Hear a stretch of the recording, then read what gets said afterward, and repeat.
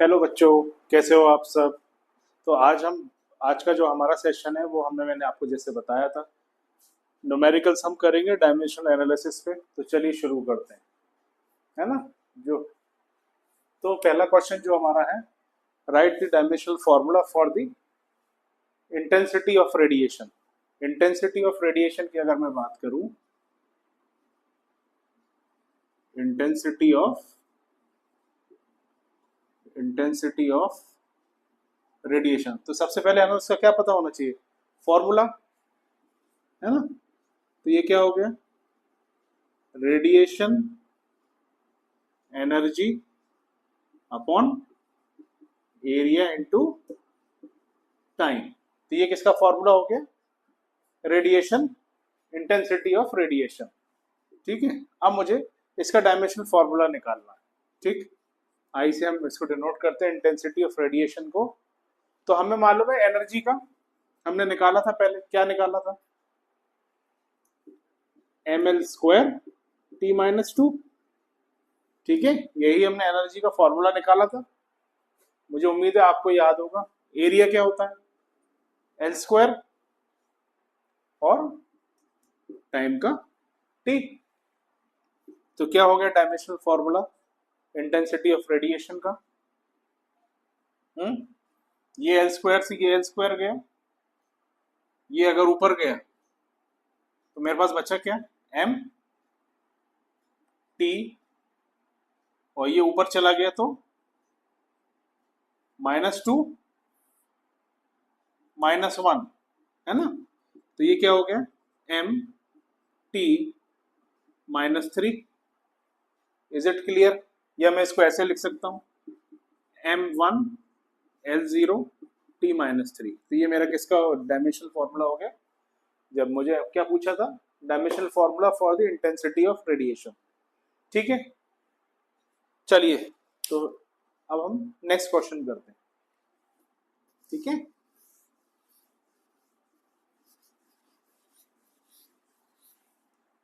ठीक, next question की बात करें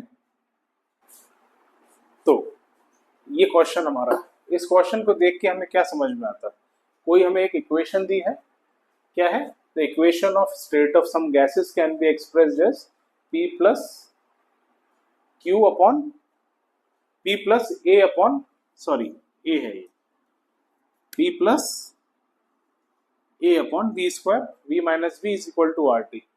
ठीक है, वहां पर P हमारा क्या है, प्रेशर, V वॉल्यूम है, ठीक है, और T हमारा क्या है, एब्सोल्यूट टेम्परेचर, और A B R जो है वो क्या है, कॉन्स्टेंट्स है। तो हमें A का डायमेंशन बताना है। ठीक है, क्वेश्चन से हमें क्या समझ में आया कि ये कोई स्टेट ऑफ, ये इक्वेशन है किसकी, स्टेट ऑफ गैसेस की, उसका ये इक्वेशन है। इसमें ये जो A है इसका हमें डायमेंशन बताना है, जहां पर P प्रेशर है, V वॉल्यूम है, और T क्या है, एब्सोल्यूट टेम्परेचर है।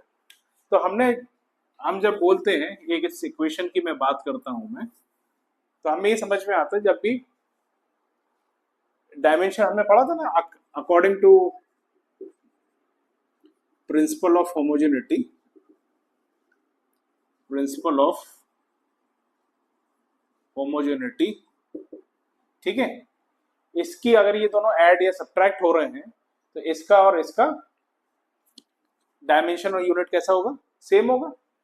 तो मैं अगर बात करूं डायमेंशन ऑफ, एक सेकेंड, तो मैं बात करूं dimension of P is equal to dimension of A upon V square, ऐसा मैं लिख सकता हूं प्रिंसिपल ऑफ होमोजेनिटी की वजह से। ठीक है, तो P हमारा क्या है, प्रेशर। तो P का प्रेशर, तो हमने जो प्रेशर का डायमेंशन है वो हमने निकाला था, क्या निकाला था, ml -1 T का स्क्वायर, तो T का -2, ठीक है, is equal to dimension of A upon V square. तो A और V क्या है हमारा, L क्यूब का होल स्क्वायर, वॉल्यूम है ना।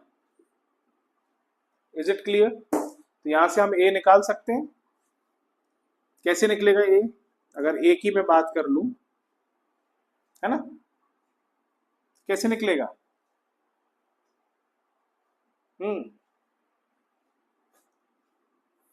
सिंपल सी बात है, एम ये इधर चला जाएगा, M L minus one T minus two, और अगर ये इधर चला गया तो एल की पावर ये क्या हो जाएगी, मल्टीप्लाई, तो एल की power 6।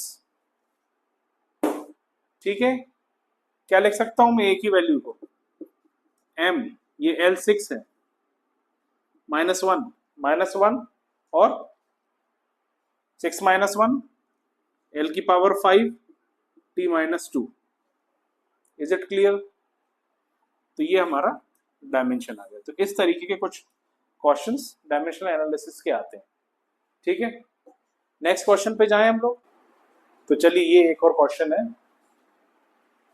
A force F is given by, force F is given by, ये हमें एक इक्वेशन दे रखी है, F is equal to A T square plus B T square. T क्या है, where T is time, what are the dimension of A and B. तो A and B का डायमेंशन हमें दे रखा है, हमें इक्वेशन दे रखी है, ये एक फोर्स है, इसकी इक्वेशन क्या है, A T square plus B T square. ठीक है, तो हम जब भी बात करते हैं प्रिंसिपल ऑफ होमोजेनिटी की, तो according to principle of homogeneity मैं लिख सकता हूं F is equal to A T square. ठीक, अगर मैं ये इसकी बात करता हूं तो मैं लिख सकता हूं क्या, A is equal to F upon T का स्क्वायर, सॉरी सॉरी सॉरी, क्या लिख सकता हूं मैं, सॉरी, 80 है ये। ठीक, तो ये 80 हो गया, तो A is equal to F upon T. Is it clear, है ना? तो अगर मैं डायमेंशन की बात करूं तो dimension of A is equal to dimension of F upon T. क्या होगा, ए की मैं बात करता हूं तो डायमेंशन ऑफ F का क्या है, हमने निकाला था M L T minus two, ये फोर्स का डायमेंशन है, और टी का क्या है, टी का टी है। ठीक है, तो हमारे पास ए का डायमेंशन क्या आ गया, एम एल, ये अगर ऊपर गया तो टी माइनस थ्री, तो ये हमारे पास क्या आ गया, डायमेंशन ऑफ ए। अब मुझे निकालना है डायमेंशन ऑफ बी, तो मेरे पास ये इक्वेशन है, तो अगर मैं बी की बात करूं तो F is equal to principle of homogeneity के वजह से F is equal to B T square लिख सकता हूं मैं, दोनों में रिलेशन है ना, ऐड हो रहे हो, तो इन तीनों में क्या है, इनके डायमेंशंस कैसे होंगे, सेम, तो मैं ये लिख सकता हूं, तो यहां से B इज इक्वल टू लिख सकता हूं मैं F अपॉन टी का स्क्वायर। ठीक है, अब अगर मैं इसी में डायमेंशन बोलूं कि F का डायमेंशन क्या है, M L T minus two upon T का स्क्वायर, तो मेरे पास B का डायमेंशन क्या आ गया, एम एल टी, ये ऊपर गया माइनस टू माइनस, तो ये आ गया -4।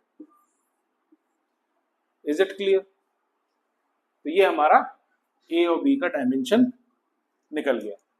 तो ये कुछ क्वेश्चंस आप समझ में आ रहे हैं, इस तरीके के डायमेंशनल एनालिसिस के क्वेश्चंस आते हैं। तो चले नेक्स्ट क्वेश्चन की बात करते हैं। अगर आपको कोई इसमें दिक्कत है, कोई आपके डाउट्स हैं, तो आप मुझे कमेंट बॉक्स में बता सकते हैं। ठीक है,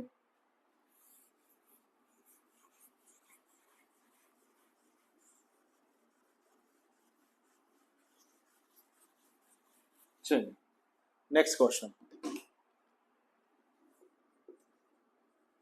the constant of proportionality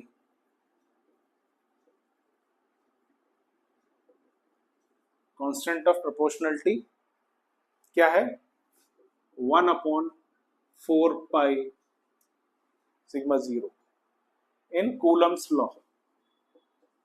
In Coulomb's law. Is it clear? Has the 4 pi 0, तो ये क्या है? The following dimension. Following dimension has the following dimensions.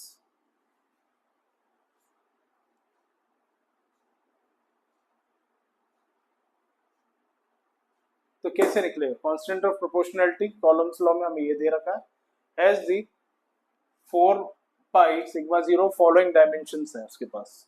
ठीक है, क्या समझ में आ रहा है इससे आपको? तो सबसे पहले तो मैं बात करूं according to Coulomb's law. Coulomb's law क्या होता है? F is equal to 1/4 pi sigma 0 Q1 Q2 upon R का स्क्वायर। Is it clear? ये क्या हो गया हमारे पास? Electric force. कूलम्स की हम बात करते हैं तो क्या की बात कर रहे हैं? ठीक है, ये क्या हो गया हमारा? कांस्टेंट। ये क्या हो गया? Electrical charges. ठीक है, और ये क्या हो गया? Distance of separation. Distance of separation. अब ये डायमेंशन दे रखी है, ठीक है, इसका डायमेंशन हमें निकालना है। ठीक है, ये dimension constant of proportionality in Coulomb's law has the following dimensions. ठीक है, तो मैं बात कर, तो यहां से मैं निकाल सकता हूं ना, ये इसकी डायमेंशन हमें बतानी है। तो 4 pi sigma 0 is equal to क्या हो जाएगा? बताइए। सॉरी, इसकी मैं बात कर लेता हूं। 1/4 पाई सिग्मा 0। ठीक, ये इधर इधर चला जाएगा, तो FR square upon Q1 Q2। अगर इसमें मैं डायमेंशन की बात करूं तो F क्या है? फोर्स। इसकी डायमेंशन क्या है? न्यूटन, है ना। R की क्या है? ये तो न्यूटन हो गया। ये R क्या है? लेंथ है ना। तो मीटर का स्क्वायर अपॉन ये क्या है? चार्जेस। तो कूलम, कूलम। ठीक, कैसे निकालेंगे? तो ये हो गया newton metre square upon newton metre square upon C का स्क्वायर। ठीक है, 1/4 पाई 0। हमें कैसे निकालना? ये आ गया, या मैं इसको लिख सकता हूं, क्या लिख सकता हूं? C-2 Newton metre square. तो ये हमने कॉन्स्टेंटी ऑफ प्रोपोर्शनैलिटी ये हमने निकाल लिया। Is it clear? ठीक है, कुछ डाउट हो तो आप मुझे कमेंट बॉक्स में पूछ लेना। ठीक है, चलिए, तो ये कुछ क्वेश्चंस हैं आपके स्कूल पर्सपेक्टिव से कि आपको प्रैक्टिस हो जाए। ठीक, नेक्स्ट क्वेश्चन, कोई इक्वेशन दे रखी है। If y is equal to if y is equal to if y plus 80 plus bt square is equal to c। ठीक है, ये इक्वेशन दे रखी है, हमें क्या निकालना? फाइंड द डायमेंशन ऑफ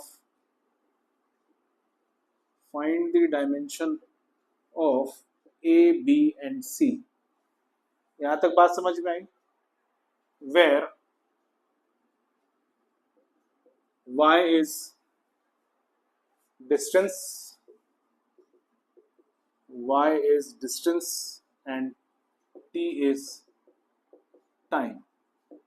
तो ये क्वेश्चन दे रखा है, एक इक्वेशन दे रखी है, if y plus A T plus B T square is equal to c, ये इक्वेशन है. Find the dimension of a b and c where y is the distance and t is the time. ठीक है, तो ये हमारे पास है y plus A T plus B T square is equal to c. ठीक है, तो मैं सबसे पहला काम क्या करूंगा, इसको सब एक तरफ ले लूंगा, y plus A T plus B T square minus C is equal to 0. ठीक, अब अगर मुझे डायमेंशन निकालना है तो पहले मैं इसकी बात कर लेता हूं, y प्लस ए टी. ठीक है, y प्लस ए टी, मुझे डायमेंशन निकालना है ना, dimension of y is equal to A T में लिख सकता हूं प्रिंसिपल ऑफ होमोजेनिटी की वजह से. ठीक, y मेरा क्या है, डिस्टेंस है, तो मैंने इसको l लिख लिया, l is equal to A T. यहां तक बात क्लियर है?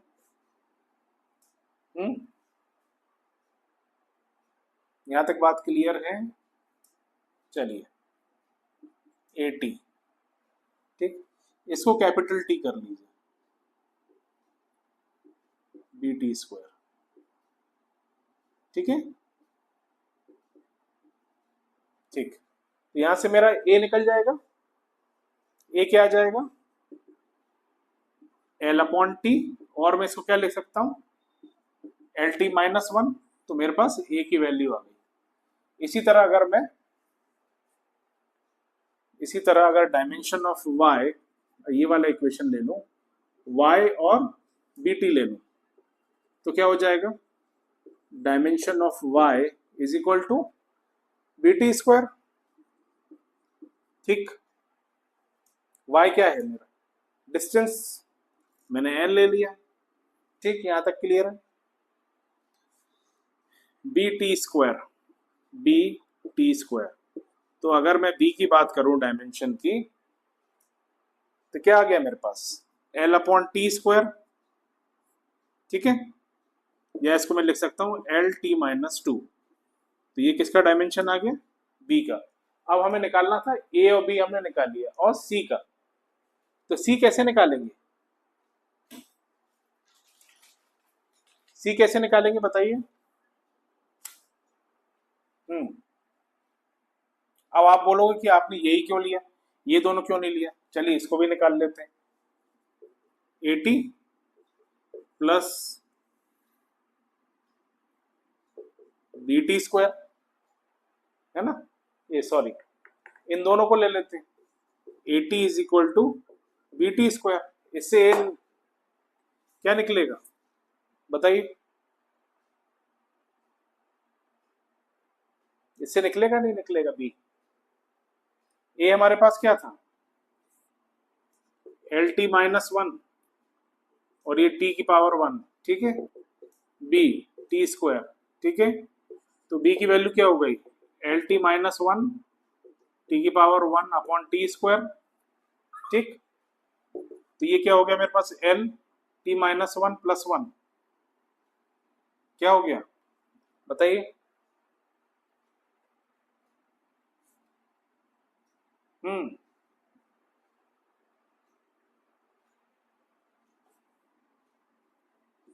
कट गया ना, तो बचा क्या, L upon T square is equal to L T minus 2. तो ये दोनों भी लो, ये भी लो, आंसर क्या आ रहा है, एल टी माइनस 2. ठीक है, अब हम डायमेंशन सी की बात कर लेते हैं. डायमेंशन सी, तो डायमेंशन ऑफ सी है ना, dimension of C is equal to क्या है, c is equal to dimension of y. तो क्या हो गया, y क्या है हमारा, डिस्टेंस. तो ये दोनों इक्वल है ना, y और ये. तो ये हमारा ए बी सी का डायमेंशन आ गया। ठीक है, यहाँ तक बात क्लियर है। अब हम कुछ रिलेशन है जो अलग अलग फिजिकल क्वांटिटीज के बीच में क्या रिलेशन है वो हम ड्राइव करेंगे। ठीक है, ये एक हमारा पहला रिलेशन है जो हम ड्राइव करेंगे। तो क्या पूछा, a body of mass m at the end of one end of spring executes the simple harmonic motion। इस क्वेश्चन से आप क्या समझ में आया, किसी बॉडी का कोई मास m है, किसका, स्प्रिंग का, तो वो बॉडी ऑफ मास एक स्प्रिंग के एंड पे कितना है वो ये बता रहा है, और वो क्या एग्जीक्यूट कर रहा है, सिंपल हार्मोनिक मोशन।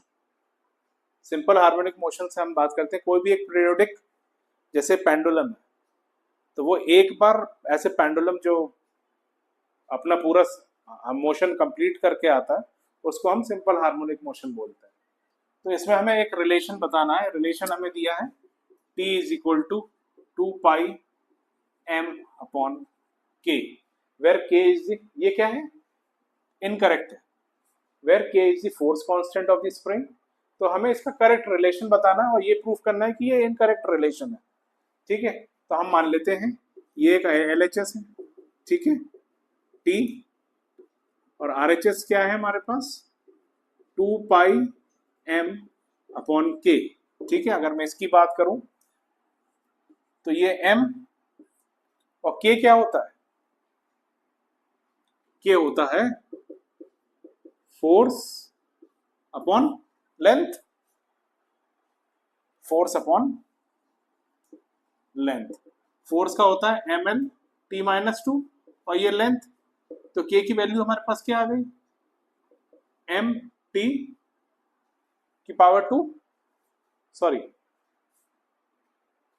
ठीक है, ये -2 mlt -2 mt -2। ठीक है, तो मैंने यहां क्या लिख दिया, mt -2। Is it clear? ठीक है, तो हो रहा है कि LHS और RHS क्लियर। तो हमारा हमने ये प्रूफ कर दिया कि ये रिलेशन क्या है, इनकरेक्ट है, LHS is not equal to RHS।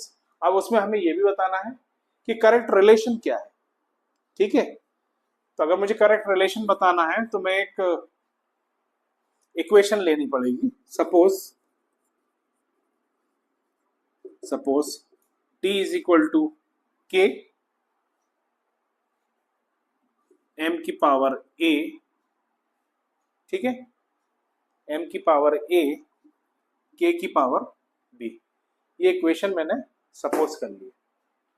ठीक है, ठीक, t इज इक्वल टू, ठीक, तो t is equal to k मैंने क्या निकाला था, ये मान लीजिए m की पावर a है, ठीक, k की वैल्यू मेरे पास थी mt -2 की पावर b। ठीक, ये तो मेरा कांस्टेंट हो गया। ठीक है, तो ये m की पावर a है और mt -2 की पावर b। क्या लिख सकता हूं मैं, m ये मल्टीप्लिकेशन में है तो a प्लस b सही है, और t क्या आएगा, t की पावर -2 इंटू b -2b। ये इक्वेशन मेरे पास आ गई। ठीक है, ये आ गई equation. Therefore a plus B is equal to 0, ठीक है, और -2b इज इक्वल टू 1। ठीक है, यहां तक बात क्लियर है सबको? ठीक, अगर मैंने इसको सॉल्व कर लिया, -2b इज इक्वल टू 1, तो मेरे पास b क्या आ गया, b की वैल्यू क्या आ गई, -1/2। ठीक है, और यही वैल्यू मैंने अगर b में रख दी, a plus B is equal to 0, तो a, ठीक है, ये अगर उधर गया तो a की वैल्यू हो गई -1/2, माइनस माइनस प्लस, तो a की वैल्यू क्या हो गई 1/2। तो ए और बी की वैल्यू आ गई मेरे पास। ये इक्वेशन में काय में रख दूंगा, t इज इक्वल टू, मेरे पास इक्वेशन क्या थी, के एम 1/2, के एम 1/2 और के की वैल्यू, बी की वैल्यू क्या निकाली हमने, -1/2। ये जो ए और बी निकला इसकी वैल्यू हमने काय में रखी, इसमें, ठीक है। एम की, ए की वैल्यू क्या है 1/2 और बी की वैल्यू क्या है -1/2, ठीक है। तो t इज इक्वल टू मैं क्या लिख सकता हूं, k as it is m upon 1/2 हटाया तो ये m, अब ये क्योंकि माइनस में है तो m अपॉन k, ठीक है। तो ये करेक्ट रिलेशन, ठीक, यहां तक बात क्लियर है। चलिए नेक्स्ट रिलेशन की बात करते हैं। चलिए नेक्स्ट क्वेश्चन ये है, ये रिलेशन है हमारे पास, क्या लिखा है, the time of oscillation t, ठीक है, of a small drop of liquid under the surface tension depend upon the density d, the radius r and surface tension sigma. Drive dimensionally the relation. ये relation को हमें drive करना है। क्या है question में, टाइम ऑफ ऑसिलेशन दिया है, किसका, स्मॉल ड्रॉप ऑफ लिक्विड का टाइम ऑफ ऑसिलेशन है ना, small drop of liquid under the surface tension depend upon the density radius r surface tension sigma, drive dimensionally the relation. तो relation हमारे पास ये दिया हुआ। अब मैं बात करता हूं, मैं एक रिलेशन ले लेता हूं, let the oscillation t of small drop be t proportional to d की पावर a, r की पावर b और सिग्मा की पावर c, ठीक। या मैं लिख सकता हूं t is equal to k d की पावर a, r की पावर b और सिग्मा की पावर c। इसको मैं क्या करता हूं, इक्वेशन 1 दे देता हूं। अब यहां k क्या है, k हमारा है डायमेंशनलेस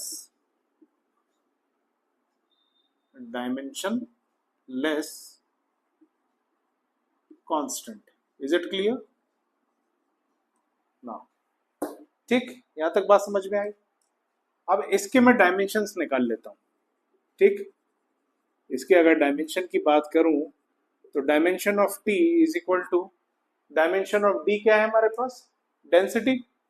डेंसिटी का डायमेंशन क्या होता है, डेंसिटी का डायमेंशन, ठीक है, या ऐसे लिख लेते हैं, अभी हम इसके डायमेंशन लिख लेते हैं। मैं मान लेता हूं सिग्मा, सिग्मा मेरा क्या है, surface tension, surface tension mt -2, ठीक। डेंसिटी की बात करूं तो ml -3, डेंसिटी का डायमेंशन क्या होता है ml -3 और r क्या है हमारे पास, लेंथ। यहां तक बात क्लियर है। अब ये जो डायमेंशन है हम वो इक्वेशन में इवैल्यूएट कर देंगे, कैसे, t को मैं क्या लिख सकता हूं, m0 l0 t की पावर 1, ठीक, d की पावर a, तो ml -3 की पावर a, ऐसे ही लिख सकते हैं ना, ठीक। r हमारे पास क्या है, l की पावर b और सिग्मा क्या है, सिग्मा क्या है हमारे पास, mt -2 की power c। Is it clear now, इसको कैसे लिखेंगे? तो मैंने लिख लिया m की पावर a, एक तो ये है और एक ये है, तो m की पावर a प्लस सी। ठीक, अगर मैं l की बात करूं तो l ये है -3 का a और l ये है, तो l -3a प्लस b। और t की बात कर लेते हैं, t यहां कहीं तो नहीं है, -2c। Is it clear?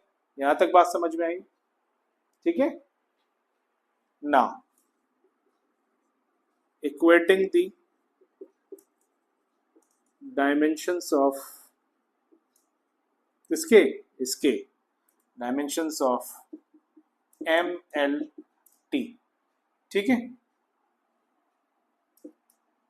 तो a plus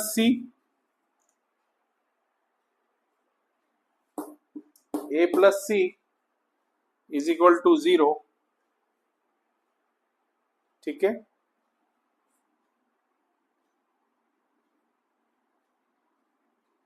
L a plus C is equal to 0 -2c is equal to 1, है ना, and -3a plus b is equal to 0। Is it clear? तो मेरे को यहां से मैं अगर मान लेता हूं -2c इज इक्वल टू 1, तो c की वैल्यू क्या हो गई? -1/2। ठीक है ना, c की वैल्यू मेरे पास है, c की वैल्यू है ना, -c की वैल्यू है।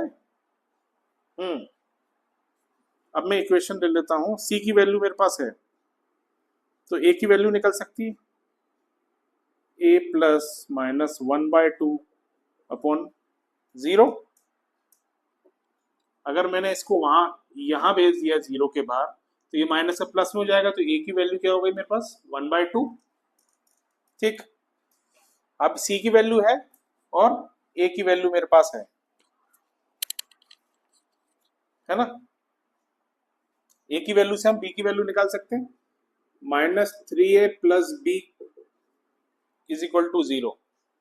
तो a की वैल्यू क्या है मेरे पास? -3 इंटू 1/2।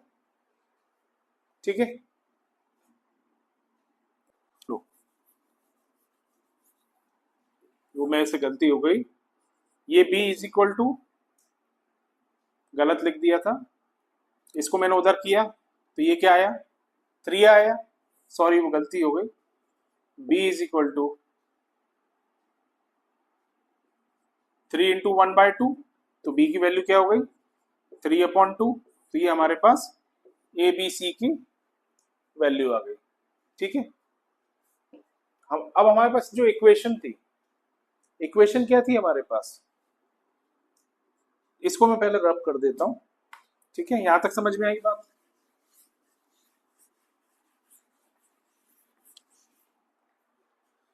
तो मेरे पास इक्वेशन क्या थी? P इज इक्वल टू के डी की पावर ए, आर की पावर बी और सिग्मा की पावर सी। ठीक, ठीक है ना, T प्रोपोर्शनल टू डी की पावर ए, आर की पावर बी और सिग्मा की पावर सी। तो T प्रोपोर्शनल टू डी की पावर ए हमने क्या निकाली? 3/2। आर की पावर बी की पावर क्या निकाली थी हमने? सॉरी, डी की पावर हमने निकाली थी, सॉरी ए की पावर हमने निकाली थी 1/2, बी की पावर हमने निकाली थी 3/2 और सी की पावर निकाली थी -1/2। Is it clear? ठीक है, तो T प्रोपोर्शनल टू, ये तो D आ गया, D/C सॉरी सी नहीं, टी प्रोपोर्शनल डी की पावर 1/2, तो ये हमारा स्क्वायर रूट लग गया, ठीक है, डी आर अपॉन, ये सिग्मा है सॉरी, डी आर अपॉन ये आर का cube D R upon sigma. तो ये हमारी इक्वेशन ड्राइव होगी। Is it clear? कोई भी आपको पूछना हो तो आप मेरे को कमेंट बॉक्स में पूछ सकते हो। मुझे उम्मीद है यहाँ तक आपको समझ में आया होगा। ये एक हमारे पास रिलेशन है। क्या है रिलेशन? उसने पूछा है if force, time and velocity are treated as fundamental quantities then find the dimension of energy. ठीक है, पूछ रहा है जब फोर्स, टाइम और वेलोसिटी कैसे ट्रीटेड हो, जब उसको फंडामेंटल क्वांटिटीज की तरह ट्रीट किया हो, तब एनर्जी का डायमेंशन हमें बताना है। तो E यही तो पूछ रहा है, E proportional to F T V, force, time और वेलोसिटी। ठीक है, तो इस पे A, B और C, E is equal to K, कोई कांस्टेंट हमने ले लिया, F की पावर A, T की पावर B और V की पावर C। अब एनर्जी का डायमेंशन फॉर्मूला क्या होता है? ml square T minus 2। यहां तक बात क्लियर है? ठीक, अब इसकी डायमेंशन की बात कर लेते हैं। फोर्स का डायमेंशन होता है ml T माइनस 2 की पावर A, टाइम की पावर B, ऐसे m0 L0 T की पावर 1 की पावर B, और वेलोसिटी हमारे पास क्या होता है? LT माइनस 1 की पावर C। अब ये इन सब की इसको कंपेयर कर लो आप। ठीक है, m की अगर बात करें तो m की पावर क्या है? 1, इसकी पावर्स को कंपेयर हमने कर लिया, तो 1 is equal to m into a, और इधर तो m है ही नहीं, ये m0 है, तो हमारे पास a की वैल्यू क्या आ गई? 1। इसी तरह अगर मैं l की बात करता हूं तो l की पावर क्या है? 2, और इधर l की पावर 1 इंटू ए है ना, और l यहां भी है, l की पावर 1 इंटू सी। क्या आ गया हमारे पास? a प्लस सी। तो 2, a की वैल्यू हमने निकाली 1 प्लस सी, है ना। इसको अगर मैंने उधर भेजा तो c की वैल्यू क्या आ गई हमारे पास? 2 माइनस 1, तो c की वैल्यू भी क्या आ गई? 1 आ गई। इसी तरह से हम टाइम की भी पावर को कंपेयर कर लेंगे, तो इसकी पावर को कंपेयर किया तो ये क्या है? -2 is equal to T minus 2a है पावर, -2 इंटू ए। ठीक है, इधर इधर क्या है? t की पावर 1 इंटू बी, तो ये क्या हो गया? प्लस बी, और इधर t की पावर -1 इंटू सी। अब प्लस होता लेकिन यहाँ माइनस है, तो प्लस माइनस माइनस, -1 इंटू सी माइनस। ठीक है, ये -2 इंटू 1 प्लस बी, माइनस सी की वैल्यू क्या निकाली थी? 1, तो ये हो गया -2 प्लस बी -1। ठीक है, तो ये क्या हो गया हमारे पास? -2 और -1, ये हो गया -3 प्लस बी। इसको मैंने उधर भेजा तो b की वैल्यू क्या आई? माइनस, अगर ये उधर चला जाएगा तो -2। ठीक है, तो क्या हो गया? b की वैल्यू क्या आ गई? 1। तो मैं लिख सकता हूं E इज इक्वल टू के, एफ की पावर a,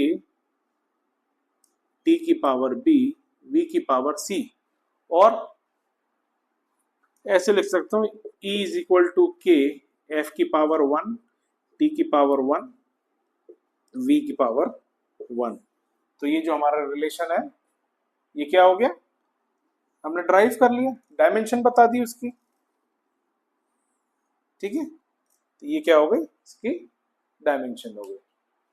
तो नेक्स्ट क्वेश्चन की हम, तो ये एक और रिलेशन हमारे पास है, वो बोल रहा है फोर्स, वेलोसिटी और time are taken as fundamental units. इसको क्या मान लिया, फंडामेंटल यूनिट्स है। तब हमें डायमेंशन ऑफ मास बताना है, ठीक है। तो ये रिलेशंस क्या समझ में आया, हमें डायमेंशन ऑफ मास बताना है जब फोर्स, वेलोसिटी और टाइम क्या है, फंडामेंटल यूनिट्स हैं, ठीक है। तो ये अगर प्रोपोर्शनल की बात करते हैं तो मैं इसको मान लेता हूं के, एफ, वी और टी, ए की पावर, बी की पावर और सी की पावर, ठीक है। Is it clear. मास की अगर मैं बात करूं तो m1, l0, t0 ये हमारा मास है, ठीक है। फोर्स की अगर मैं बात करता हूं तो mlt-2, v की बात करता हूं lt-1, इसकी पावर a, इसकी पावर b, और t की बात करते हैं तो t की पावर c, या इसको ऐसे लिख लो m0, l0, t की पावर 1 की पावर c। अब इसकी पावर्स को हम कंपेयर कर लेंगे, ठीक है। Comparing the powers of m, l, t, ठीक है। तो मैं अगर पहले m की बात करूं तो m की पावर क्या है, 1 इज इक्वल टू m की पावर 1 इंटू a, ठीक। इधर कहीं m नहीं है तो मेरे पास a की वैल्यू क्या आ गई, 1। अब मैं l की बात कर लेता हूँ, l है मेरे पास 0 LHS में, इधर क्या है, l की पावर क्या है, 1 इंटू a, तो ये a आ गया, फिर l की पावर b, और इधर तो कुछ है नहीं, तो l की पावर मेरे पास क्या आ गई, a प्लस बी, ठीक है। a की वैल्यू मेरे पास क्या है, 1 प्लस बी, तो b की वैल्यू क्या हुई, -1, ये b की वैल्यू। अब मैं कंपेयर कर लेता हूं t की पावर्स को, t क्या है मेरे पास 0, -2a, -2 into a, plus -1 into B, तो क्या हुआ, माइनस का b, और इधर प्लस c, यही होगा, ठीक है। अब ठीक, -2, 1 की वैल्यू क्या है मेरे पास, 1, माइनस माइनस माइनस प्लस का 1 प्लस c, ठीक। तो ये क्या हो गया, -2 प्लस 1 प्लस c, ठीक। तो ये हो गया मेरे पास -2, तो ये हो गया -1 प्लस c, तो c की वैल्यू क्या हुई, 1, ये इधर चला गया, तो मेरे पास a, b की वैल्यू -1 आ गई, ठीक है। इसको मैं इक्वेशन 1 दे देता हूं। अब putting these values in equation 1, ये इक्वेशन 1 है हमारी, तो m क्या हो, m is equal to, f क्या निकाला हमने, f की पावर a, f की पावर a हो गई 1, है ना। v की पावर क्या हो गई, v की पावर b हमने निकाला था -1, और c जो हमने निकाला t की पावर c, तो t हमारा आया 1। तो ये क्या हो गया, डायमेंशन ऑफ मास, ये हमारा रिलेशन ड्राइव हो गया, ठीक है। तो ये कुछ क्वेश्चन है डायमेंशनल एनालिसिस पे। इसके बाद जो नेक्स्ट क्लास होगी उसमें हम यूनिट कन्वर्जन के ऊपर बात करेंगे। यूनिट कन्वर्जन क्या होता है, यूनिट कन्वर्जन के न्यूमेरिकल्स क्या होते हैं, उस पर हमारी नेक्स्ट क्लास रहेगी, ठीक है। तो thanks for watching, next session में हम मिलते हैं आपसे, है ना। अगर आपको कोई डाउट है तो मुझे कमेंट बॉक्स में ज़रूर बताएं। Thank you.